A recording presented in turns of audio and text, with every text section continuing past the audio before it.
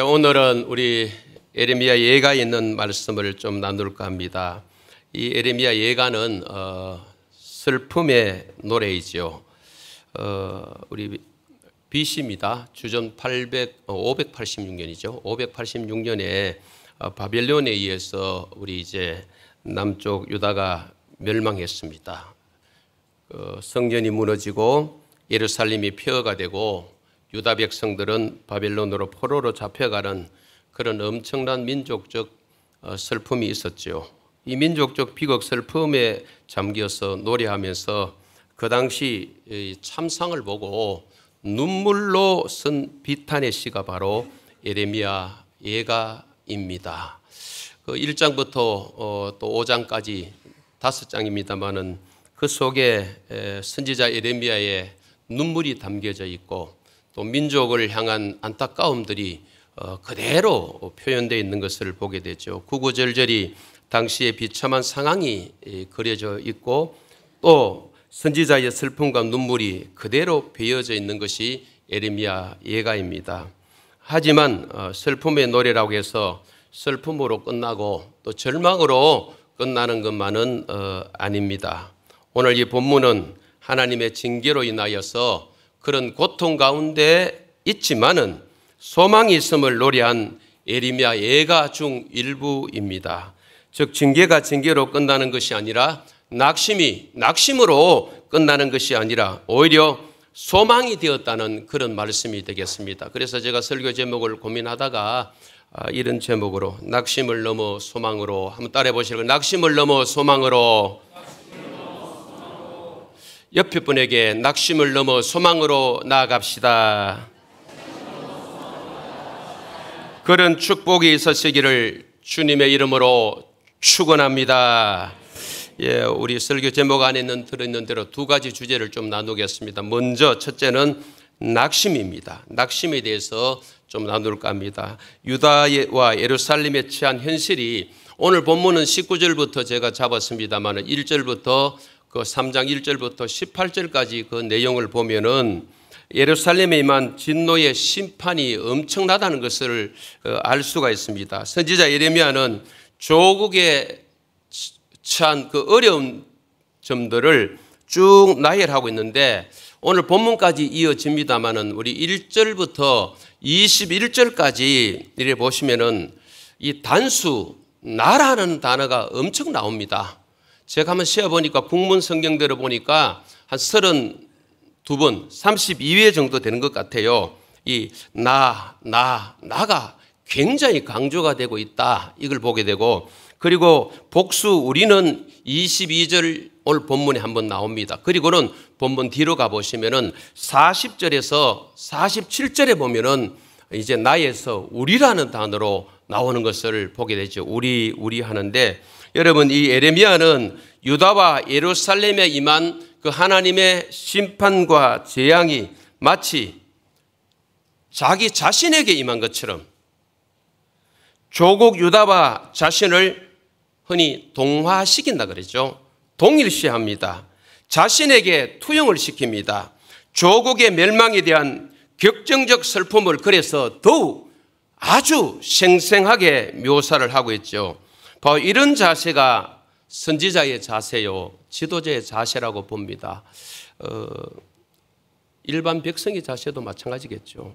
우리 나라에 어려움 생기면은 여러분 어떤 사람이 많습니까? 에레미야처럼 이 대한민국 조국에 대한 그 안타까움을 가지고 하나님 앞에 눈물로 기도한 사람보다는 불신자는 말할 것도 없지만은 저는 보니까 대부분 비난하는 사람이 훨씬 많은 것 같아요. 정부를 비난하고 대통령을 비난하고 국회의원들 비난하고 지도자들을 향하여서 욕하고 이런 부류가 거의 대부분이 아니겠느냐. 오늘 그 종교 지도자들부터 해서 우리 일반 국민들도 에레미야가 가졌던 이 마음을 가지면 얼마나 좋겠느냐. 이 자세가 필요하거든요. 우리가 소속된 공동체도 마찬가지입니다. 공동체는 완벽한 공동체가 아니기 때문에 문제가 있을 수 있어요. 힘든 일이 있을 수 있을 그때에 건강한 공동체라면 비난하는 사람보다는 책임이 누구께 있다? 내게 있다. 왜? 공동체이기 때문에. 나로 있는 것이 아니고 우리이기 때문에 그럽니다. 그래서 흔히 이런 이야기 하죠. 교회는 가족 공동체다. 믿음의 한 가족 공동체. 여러분 육신의 가족 여러분 다 구성하고 계시잖아요. 대부분 다 부모가 계시기 때문에 태어났죠. 육신의 공동체 안에도 건강한 가족 공동체는 절대 가족 안에 일어난 문제에 대해서 서로 비난하지 않습니다. 욕하지 않습니다. 공동 책임으로 느끼잖아요. 내 책임이다. 아버지 책임이다. 엄마 책임이다. 부모들은 그렇게, 자녀들은 장성한 자녀가 있다면 아버지, 어머니 저희들이 잘못했지요. 그리고는 함께 책임의식을 느끼면서 나가는 가정이 건강한 가정인데, 간혹 그렇지 못한 가족 구성원들 있잖아요. 보면은 가정 안에 일어난 문제에 대해서 하나같이 손가락을 상대를 향하여 내밀면서 네 때문이다, 네 때문이다. 저는 우리 교회 공동체도 마찬가지라고 봅니다. 지난주 말씀을 우리가 좀 들었습니다마는 교회 그냥 다니는 분들은 교회를 비난하기 쉽지만은 내가 교회라고 생각하는 분은 교회를 비난할 수가 없습니다. 와, 내 문제인데. 그렇죠? 내 문제인데. 이게 뭡니까? 교회관이라 그럽니다. 교회관이 참 중요한 것 같아요. 목사에게도 목회 철학은 교회관에 따라 나온다 그래요. 교회가 무엇이냐 이 질문이 그 사람 목회 철학이라 한다 그러죠. 그러니까 여러분들께서도 성경적 바른 교회관이 굉장히 중요합니다. 예, 성경을 통해서 축출해낸 그 교회관. 교회는 에베소에 있는 말씀도 그렇고 사도행전의 말씀도 그렇고 주님이 피로 값주고 세우신 공동체잖아요. 그 머리가 누굽니까? 예수 그리스도입니다. 우리는 몸이고 서로 지체라 그러잖아요. 이게 교회인데 내 혼자 교회를 수 없고 네 혼자 교회를 수 없어요. 함께 교회를 어울려져 있기 때문에 우리 공동체 안에 일어난 여러 가지 문제에 대해서는 나만의 문제도 아니고 너만의 문제도 아니고 우리 함께 같이 문제다. 이게 뭡니까? 공동체 의식이라는 거예요. 나가 아니고 우리라는 거예요. 이게 얼마나 여러분 중요합니까? 예레미야는 이걸 느낀 거예요. 나라, 민족, 지난달까지 예레미야서를 새벽에 묵상하고 나누었습니다. 새벽 기도 시간에. 예레미야는 선지자로 부름을 받아서 40년 동안이나 이 남쪽을 향하여서 말씀을 전했어요. 그런데 말씀을 전했는데 왕부터 해서 지도자들이나 백성들이 회개하고 돌아왔으면 얼마나 좋았겠어요. 회개하지 않고 끝내 나라가 무너지는 걸 선지자가 눈으로 목격하고 이 예레미야 예가를 쓰잖아요. 그럼 이때 이 예레미야가 지극히 인간적인 사람이라면은 그래 내 말 안 듣더니만은 내가 수십 년간 외쳤는데 너희들이 안 듣더니만은 잘 됐다. 우리 경상도 말로 꼬방신이다. 이렇게 할 겁니까? 지도자 예레미야는 그렇게 하지 않았어요. 간혹 우리 설교자나 지도자 가운데 성도님들이 순종하지 않고 어려움 당하면은 마음속으로 그래 봐라. 이거는 하나님이 주신 지도자 마음 아닌 것 같아요. 설령 순종하지 않아서 불순종해서 그런 어려움과 시련에 빠져 있더라도 어떻게 해야 됩니까? 그 성도의 고난에 동참하는 거예요. 자, 저 아내와 식당을 한 번씩 갑니다. 가면은 아내가 툭 튀어나온 말을 했어요. 조용히 해서 좋다. 조용히 해서 좋다. 제가 어떻게 할까요? 여보, 우리는 조용히 해서 좋지만은 주인은, 자, 여기 메시지가 있는 거예요. 밥 먹는 사람은 조용히 해서 사람 없어, 옆집에 사람 없어서 편안하게 잘 먹을지 몰라도 그 사업을 운영하는 주인은 조용하면 좋겠어요? 이렇게 사람은 양면성이 있고 상대적인 거예요. 교회도 마찬가지입니다. 마찬가지입니다. 예. 여러분 하신 일도 마찬가지일 것이고 누군가를 볼 때도 마찬가지입니다.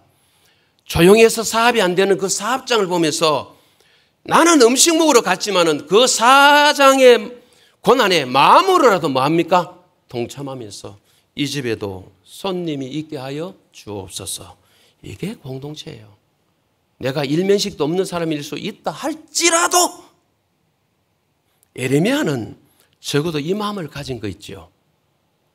잘 됐다. 말 안 듣더니만은 꼬라지 좋다. 이게 선지자입니까? 아니에요.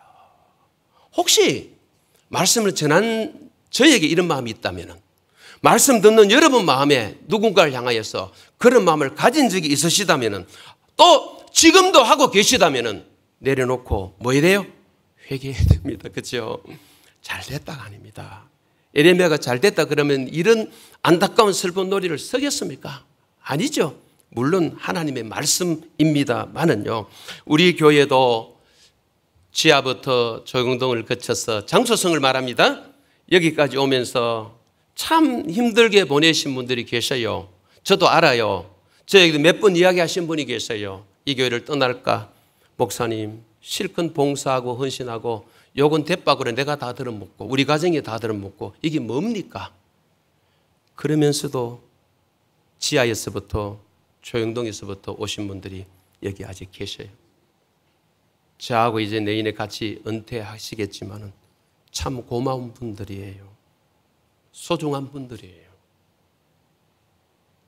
꿋꿋하게 교회 어려움과 같이 했고, 이 교회가 땅을 살 때도 땅 사면 보나마나 헌금하셔야 되는 거 아시면서도 주도적으로 앞장서서 해야 됩니다. 사야 됩니다. 잡아야 됩니다. 했던 분들이 그런 분들이에요. 지금도 교회 살림을 걱정하는 분들이에요. 재정은 잘 돌아갑니까? 주보에 때로는 11조 숫자가 이름이 적을 때가 지난달 이달이 있을 때마다 이분들은 우려하시더라고요. 이런 적은 없었는데 하면서, 물론 주차에 따라서 숫자가 다릅니다. 어느 주에 따라서. 그죠? 그 정도로 교회를 생각하시고 교회의 어려움과 같이 하려고 하시는 분들이 이분들이에요. 얼마나 고마운지 몰라요. 그러나 그 외에 여러 분야에 맡은 직임을 따라서 이 교회를 위해서 헌신하고 섬겼던 분들, 저는 은퇴 이후라도 잊을 수 없을 거예요.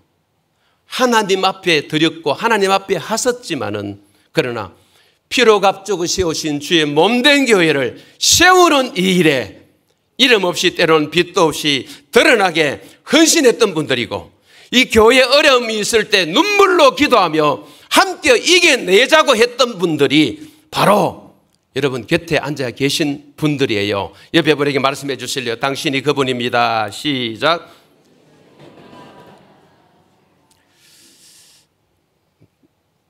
다른 사람에게 하는 이야기니까 힘있게 이야기를 잘 안 해주시는 것 같아요. 그죠? 여러분 자신에게도 하셔도 됩니다. 내가 납니다. 그죠? 여러분, 공동체에 어려움이 있고 시련이 있을 수 있죠. 그죠? 그때에 어떻게 해야 됩니까? 제가 또 오는 성경구절 설교하는 중에 오늘 새벽에 또 오는 거예요. 기도하는 중에 지나친 의인이 되지 말라. 성경구절을 제가 몰랐어요.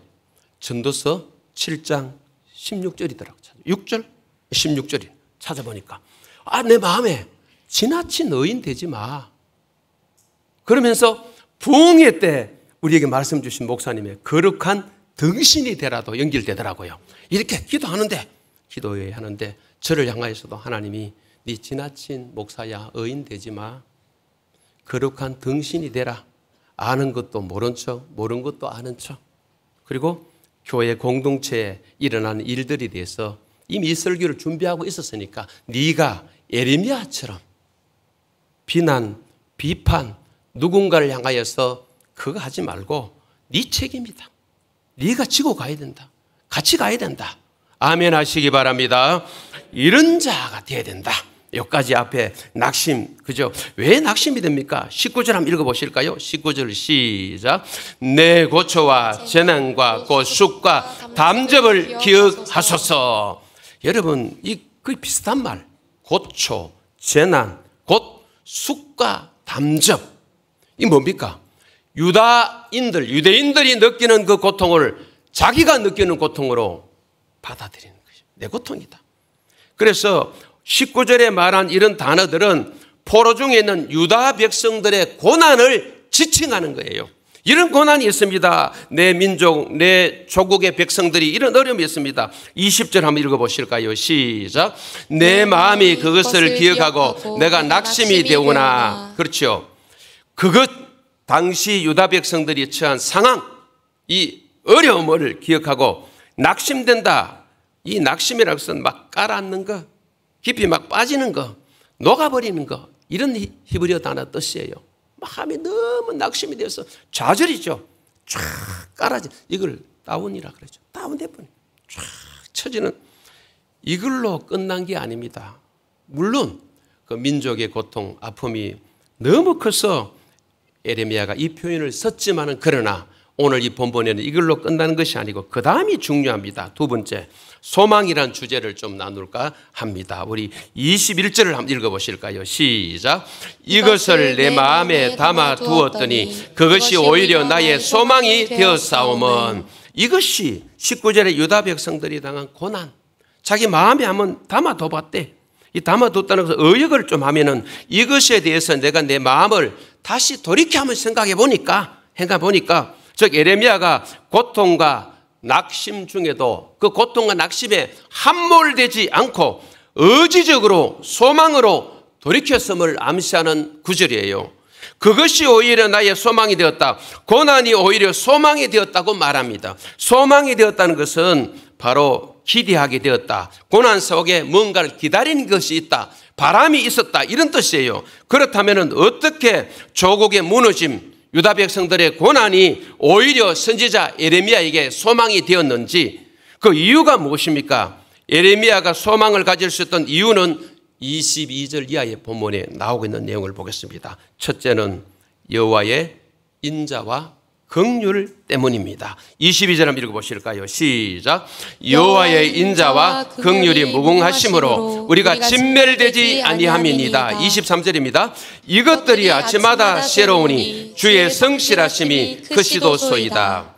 여기서 우리가 발견될 단어, 참 우리가 좋아하는 단어 아닙니까? 인자, 긍휼, 주의 성실하심. 다 하나님의 성품이에요. 하나님의 속성이라 그랬죠. 하나님의 성품이에요.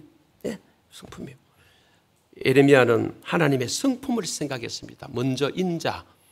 인자는 히브리어 단어 많이 들어보셨을 거예요. 헤세드라는 단어인데, 받을 자격이 없는 자들에게 주어지는 하나님의 은혜를 말해요. 은혜를. 그래서 호세아에서 보면은 이 헤세드를 인애라고 번역했죠. 헤세드는, 저는 한마디로 요약하라면 저보고 뭐 여러 해석이 있습니다. 하나님의 언약적 사랑이다. 최고 좋은 표현 같아요. 언약적 사랑. 뭐 불구하고 사랑. 그리고 어떤 영어 성경은 결코 실패하지 않는 사랑. 뭐 이렇게 번역합니다만은, 조건을 초월한 사랑, 이해를 초월한 사랑. 그래서 구약 전체에 있어서 하나님 아버지의 마음을 가장 잘 드러내는 단어가 뭘까요? 이 헤세드예요. 최고로 아버지의 마음을 잘 표현하는 단어가 헤세드다. 이 헤세드를 설명하기에 가장 적합한 신약적 표현은 무엇일까? 아가페입니다. 사랑 가운데 아가페 사랑이라 그러죠. 아가페. 그렇죠. 자, 우리 낙심하지 않는 것은 에레미야가 여호와의 인자, 긍휼, 성실하심, 이것 회상하면서, 그래, 낙심해서 넘어서서 뭐로요? 소망으로 가는데, 이 하나님의 사랑은 성경 곳곳에 너무 많이 나타나 있어요. 헤세드 사랑, 아가페 사랑 많이 나타났는데, 노마서 찾지는 마십시오. 5장 화면 뜨지도 않습니다. 6절, 8절, 10절, 저는 늘 짝수 구절이에요. 6절, 8절, 10절에 이 하나님의 사랑을 언제, 우리가 어떨 때, 우리가 연약할 때 하나님이 찾아오셔서 사랑하셨고, 6절입니다. 또 5장 8절에 우리가 죄인 되었을 때 하나님이 찾아오셨고, 5장 10절입니다. 우리가 하나님과 원수가 되었을 때 찾아온 사랑이에요. 그걸 보십시오. 연약할 때에, 죄인 되었을 때에, 원수 되었을 때, 사람은 이 세 가지가 있으면 찾기가 힘듭니다. 연약한 자를 찾아서, 아니에요. 저도 어떤 데 페이스북에 친구 초청이 들어오면은 유심히 검토합니다. 야, 이 인간인데 그게 떠오르더라고요. 이것도 어려운 사람 아닌가? 뭐 어떻게 또 뭐 할 사람 아닌가? 그래서 막 밀리는 게 외국 사람부터 천수백 명 막 밀리고 1000명 넘으니까 수도받으라고 막 밀리 다 안 받거든요, 제가요. 그게 제가 이 설교를 준비하면 지금 떠오르네요. 혹시 사람은요, 연약한 자, 힘없는 자 선뜻 찾아가서 커피 한잔 할래? 잘 안 합니다. 자기 동료 내지는 자기가 도움 좀 받고 싶은 사람에게, 관계 좋은 사람에게 뭐 차도 한잔하고 밥도 먹고 뭐도 하지 잘 안 하려고 그래요. 근데 하나님은 우리를 사랑하시는데 저와 여러분이 연약할 때에, 죄인일 때에, 그렇죠? 그 다음에 하나님과 원수 되었을 때, 여러분 원수 사랑 쉽습니까? 마태복음 5장, 6장, 7장의 산상수훈을 통해서 우리 예수님이 가르쳐준 진리가 뭡니까? 특별히 5장 부분에 강조가 되지요. 사랑하되 이웃을 사랑하되 네 원수까지 사랑하라는 말씀은 우리 귀전에 많이 들리고 목사는 설교를 하지만은, 그러나 막상 삶의 현장으로 돌아가 보면은 안 열려요. 마음이 안 열리고, 아이고 근데 또 사랑해야 되나? 이게 목사부터 여러분이에요. 쉬운 게 아닙니다. 그런데 하나님의 사랑은요, 우리가 연약할 때에, 죄인 되었을 때에, 하나님과 원수 되을 때 찾아온 사랑이란 말이죠. 그 사랑 때문에 오늘 이 자리에 우리가 있는 줄로 믿습니다. 그 사랑을 거두신다면, 인자와 긍휼을 거둬버리시고 여호와의 신실하심을 거두신다면 우리가 이 땅에 아예요 발붙이고 살 수 없었고, 이 자리에 예배 드릴 수 없었고, 저는 설교할 수가 없었다는 겁니다. 긍휼은 뭡니까? 히브리어 단어 라함이라는 단어인데, 마땅히 받아야 될 진노를 베풀지 아니하고 진노를 거두시는, 진노를 내리지 아니하시는 하나님의 사랑을 우리는 긍휼이라 그럽니다. 우리가 행한 대로 하나님께서 갚으신다면 이 땅에 존재할 사람 여러분 아무도 없습니다. 하나님의 인자와 긍휼 때문에 이 땅 우리가 살아있는 줄 믿습니다. 이 긍휼하심이라는 것은 좀 더 다른 표현으로 보면 쉽게 와닿는 표현이 있어요. 불쌍히 여기심.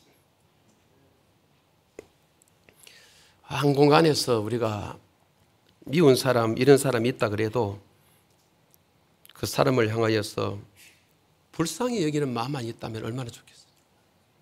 불쌍히 여기는.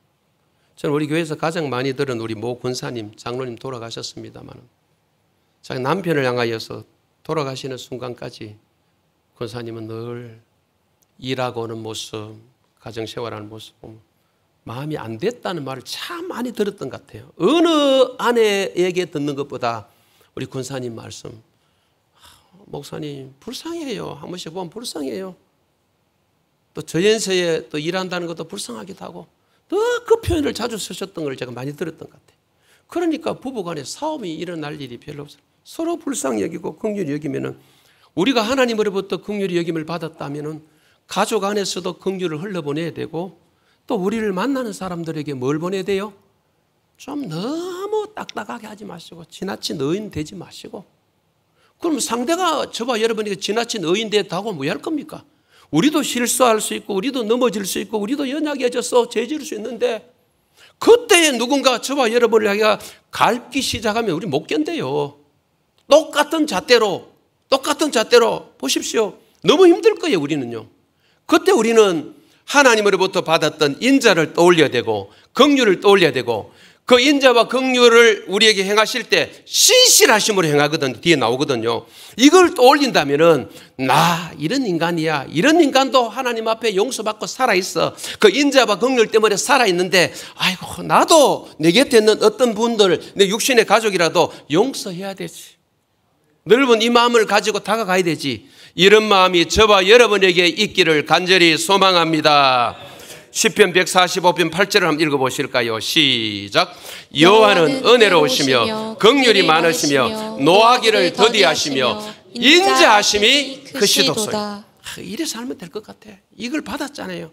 그 신의 성품, 하나님의 성품을 우리가 닮아가지고 은혜롭고 긍휼이 좀 많고, 그냥 긍휼이 많다, 인자하심이 크다, 그렇죠? 그렇다면 오늘 본문에 인자와 긍휼이라는 말에 따른 수식어가 있어요. 인자와 긍휼이 어떻다고 말합니까? 먼저는 22절을 보시면 인자와 긍휼이 뭐하다? 무궁하다. 길어요. 잠시 아니에요. 우리 사람은 좀 짧잖아요. 좋은 일 하는 일에는. 죄를 짓고 누군가 미워하는 일은 길어지는데, 야, 이 사랑은 참 좀 짧은 것 같아요. 우리 에베소에 나오는 예수님의 사랑을, 하나님의 사랑을 받아서 뭐 깊이, 넓이, 높이 막 나오잖아요. 그죠? 그런 광폭도 좀 넓히고 위로도 고도 좀 높이고 아래도 좀 내려가고 이래서 우리 사랑의 폭과 깊이 높이가 막 좀 이렇게 했으면 좋겠어요. 아멘 하시기 바랍니다. 이게 엄마 사랑 아닙니까? 부모님들이 그래요. 이런 사랑 쫙 묻어두고 덮어주고 그죠? 예. 시편 30편 5절 한번 읽어보실까요? 시작. 그의 노여움은 잠깐이요 그의 은총은 평생이로다. 하나님 은총은 평생이. 저도 그 때문에 여기 설교하고 있어요. 잘난 구석 아무것도 없어요. 또 그 다음에 인자와 긍휼이 23절에 보니까 아침마다 뭐하다 그랬습니까? 새롭다. 이 아침마다 적절한 시기를 보면 타이밍이 새롭다, 질적으로 새 것이다, 신선하다. 야, 인자와 긍휼이. 그래서 우리가 새벽기도 나오신 분들은 뭐 새벽에 나오시면서 묵상하시고 못 나오신 분은 아침에 눈을 딱 뜨시면 창밖을 좀 볼 수가 있다면은 창밖을 보면서 뭘 삼아야 되겠어요? 주님, 아침마다 새롭게 저에게 주실 오늘도 주의 인자와 긍휼을 뭐합니다? 사모합니다. 기다립니다. 이렇게 살아가는 저와 여러분이 되기를 간절히 소망합니다. 눈에 보이지 않는다고 우리는 너무 안 하는 것 같아요. 눈에 보이는 것만 따라가지 마시고 눈에 안 보이는 거 귀한 거 많거든요. 그 가운데 뭡니까? 우리는 내가 심어서 내가 거두고 내가 노력해서 여기까지 왔고 이 정도 산다고 생각하지만 그러나 믿음의 눈으로 곰곰이 묵상하고 생각해 보면은 하나님의 인자와 긍휼이 얼마나 우리에게 크게 임했는지. 저 목회 속에도 마찬가지입니다. 조 목사가 뭐 날고 뛰었다고요? 아니에요. 제가 부지런했다고요? 아니에요. 부지런했다면 그 부지런함을 주신 분이 하나님이잖아요. 교회를 키우고 성장시키고 여기까지 때로는 오기까지 하신 분이 하나님의 인자와 긍휼, 이것을 향한 여호와의 신실하심이 성광교회를 여기까지 이 자리에 두신 줄로 믿습니다. 하나님이 하신 일이에요. 여러분의 일도 마찬가지일 거예요. 그래야 우리 교만하지 않고 자만하지 않습니다. 주의 성실하심이 크도소이다 그랬죠. 크도 23절 하반절에 이 성실하심, 주님의 신실하심. 그래서 고린도전서 1장 9절에 하나님은 미쁘시다고 국문성경이 번역됐거든요. 그 미쁘시다가 신실하신 하나님. 신실하십니다. 확고부동하고 견고합니다. 야고보서 1장 17절을 한번 읽어보실까요? 시작. 그는 변함도 없으시고 회전하는 그림자도 없느니라. 야, 변함이 없으신 하나님. 꼿꼿하게. 그죠? 신명기 7장 9절을 읽읍시다. 신명기 7장 9절 시작. 그런즉 너는 알라 오직 내 하나님 여호와는 하나님이시오 신실하신 하나님. 여기까지. 신실하신 하나님이시다. 자, 이 하나님. 32절을 눈으로 보십시오. 32절에 인자와 긍휼이 풍부하다 그랬는데 그의 풍부한 인자하심에 따라 긍휼이 여기실 것입니다. 길이만 긴 것만 아니고 타이밍이나 질만 새로운 것도 아니고 양도 어떻다고요? 풍부하다. 풍성하다는 풍부라는. 그래서 우리 출애굽기 34장 6절을 읽읍시다. 출애굽기 34장 6절 화면을 보시죠. 시작. 자비롭고 은혜롭고 노하기를 더디하고 인자와 진실이 많은 하나님이라. 많은. 에베소 2장 4절도 읽읍시다. 시작. 긍휼이 풍성하신 하나님이 우리를 사랑하신 그 큰 사랑으로 인하여. 긍휼이 뭐하다고요? 풍성하시고 사랑은 어떻다고요? 큰 사랑이라. 그렇죠. 풍성한 사랑. 그죠. 이래서 예레미야가 낙심 중에도 소망으로 나아갈 수가 있었다. 뭐 때문에요?